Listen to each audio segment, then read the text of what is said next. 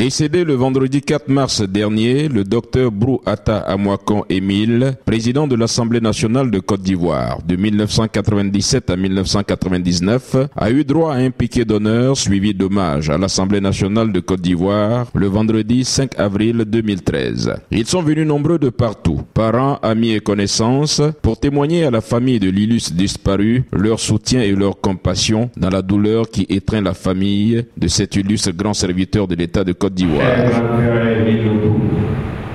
dévouement à la tâche et ton abnégation au travail de ce ministère ont été reconnus.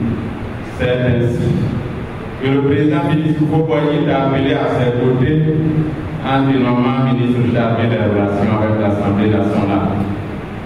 Cette fonction avive ton ambition pour la fonction parlementaire.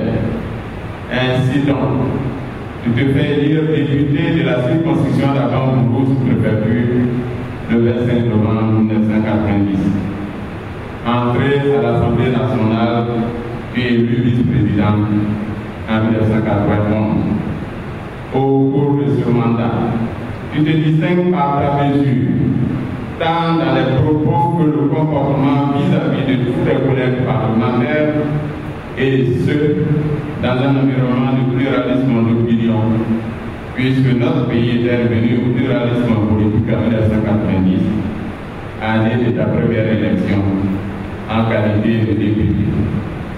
Réélu député en 1995 et suite au rappel à Dieu du président Charles Dombaye, tes collègues députés d'élite, président de l'Assemblée nationale, le 11 août 1997, qui est parti comme tu as vécu dans la discrétion, sans tambour ni trompette, et sens de l'humilité. Puisse le Dieu Tout-Puissant, au sortir de la commémoration du supplice du Christ, t'accueillir et t'ouvrir une place de choix dans son royaume, toi qui avais vécu en ayant la crainte de Dieu. Adieu, cher aîné, adieu, cher collègue. Adieu, président. Adieu. La première vice-présidente, Madame Fadiga Sarah Epo Sako, a remis à la veuve le drapeau, symbole de la République. Nous vous remettons ce drapeau, symbole de notre République, en souvenir des éminents services rendus par votre époux à la nation ivoirienne.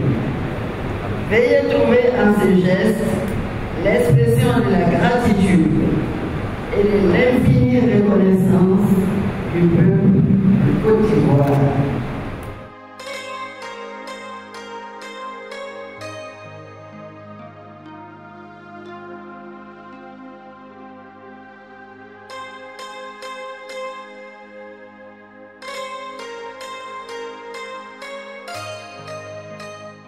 De l'Assemblée nationale, la dépouille a été transférée à la maison du PDCI RDA, son parti politique. Ensuite, sur son village natal d'Abangourou, où il sera inhumé le samedi 6 avril 2013 au cimetière municipal d'Abangourou. Que son âme repose en paix.